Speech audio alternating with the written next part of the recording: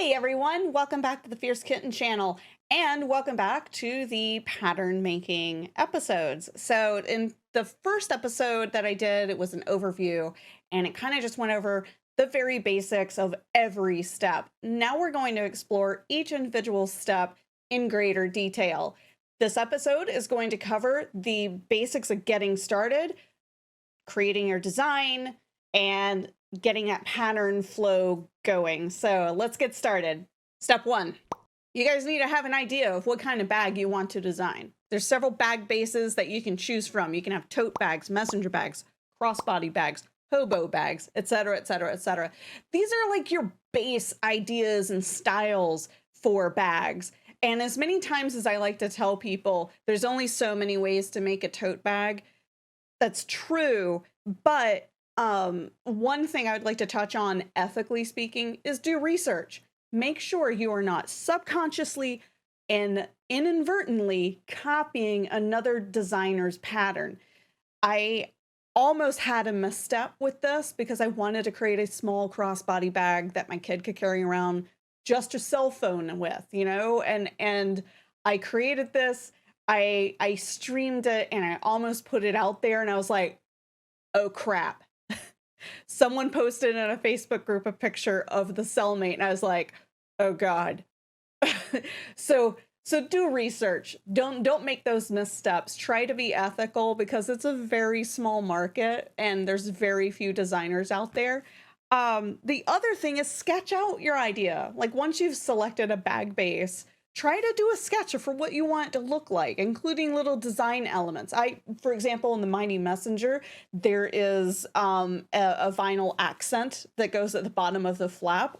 Put that as a design element. That's a great way for people to be able to customize the bag. It also weighs down the flap a bit, but have those things ready, sketched out. I'm holding this damn thing up because I love the iPad. I use my iPad to sketch and I use GoodNotes to write down all of my notes for pattern designing. You don't need anything fancy like this. I just like it.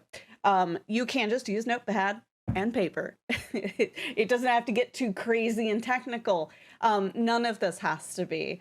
So get that sketched out, get your basic ideas together, and then you can move on to step two. Step two follows in from step one. How is it worn and how does it function? How do you see people who purchase this bag using it? Right? Is it meant to be unisex? Is it meant to be used as a commuter bag? So those are the things that went through my head when I was creating the Mighty Messenger pattern.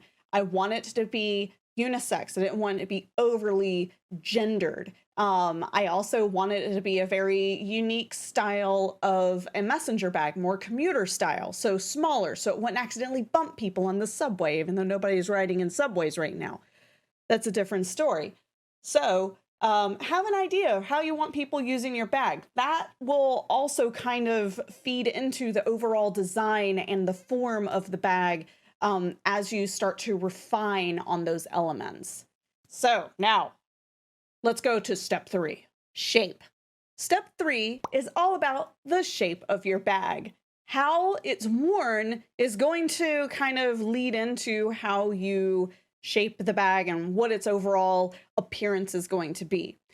A good example, if the bag is going to be very stiff and have really good shaping to it, it probably wouldn't make a really good crossbody bag because typically a crossbody bag is meant to be somewhat loosey-goosey so it can lay against the curves of the body. If it was a really stiff bag with a lot of shaping materials in it, like Decaville heavy level, then that could be really annoying as a crossbody because it's just going to bounce around everywhere. On the flip side, if you want to have a backpack, you need a lot of stiffness and form against the very back of it, but you'd want it to be a little looser maybe on the front portion of the bag. All of these things kind of feed into it. So it's like, a messenger bag is typically worn crossbody. Great.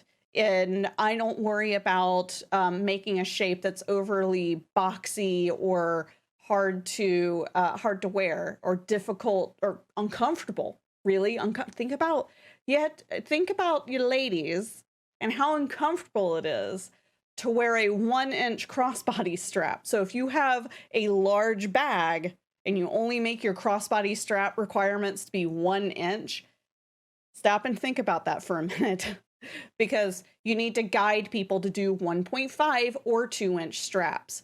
So think of those types of things and the elements and the comfort of it. And sometimes this feedback will come from your testers once you get to that stage. All right, let's move on to the next step. Step 4. Once you have a basic idea of the shape, how it's going to be worn, how it's going to be used, and your base for the bag, like a typical sketch of the exterior, that's when you can start worrying about bag features. How many pockets does it have? Does it have interior pockets? Does it have exterior pockets? Are they zipper pockets? Are they slip pockets? Do I have a pin pocket?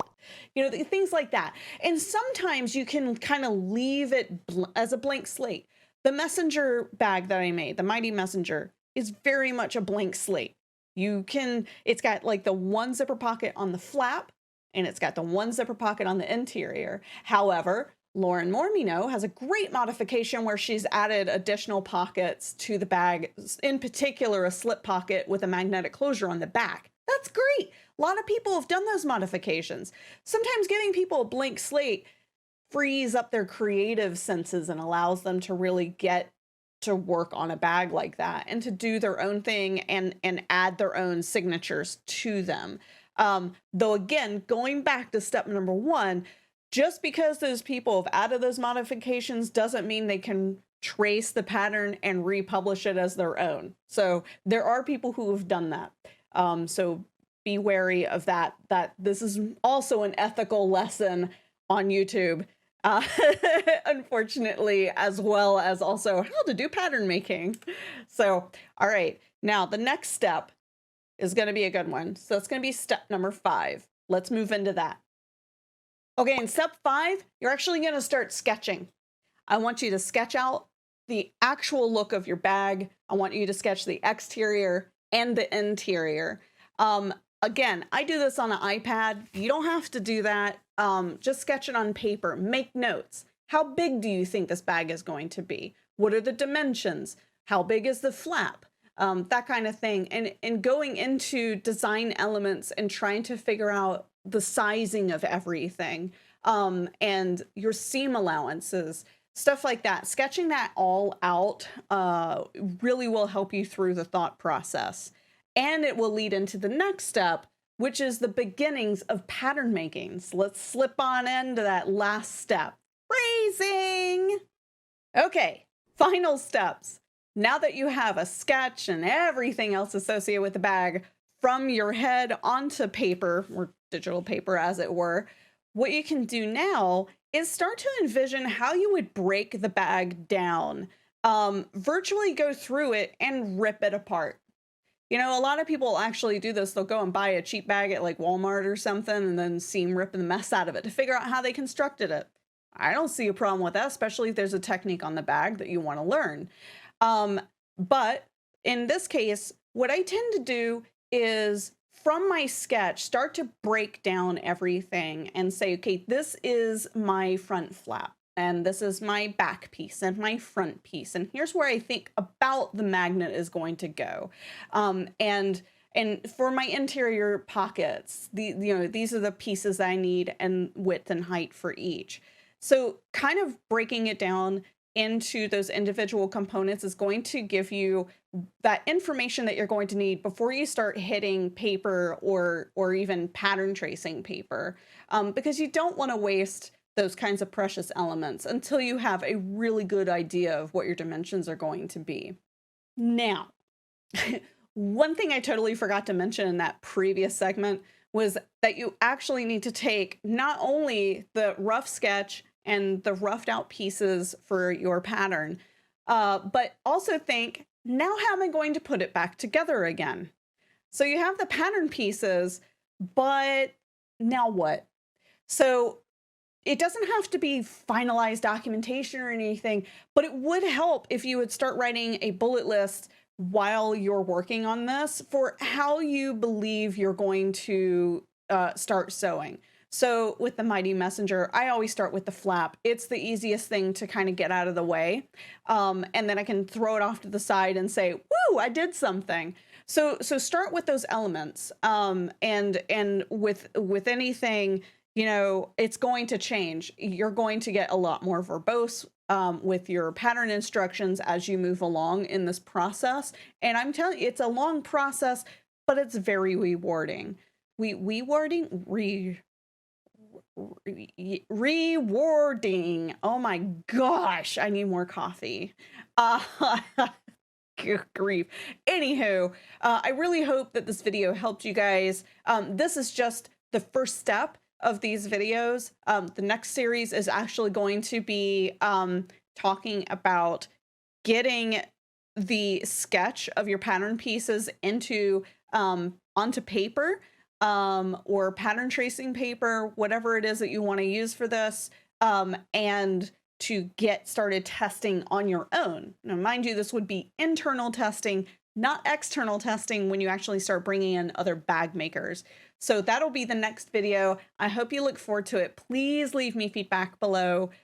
If there's any questions, don't hesitate to ask. I would love to hear from you guys. Thank you.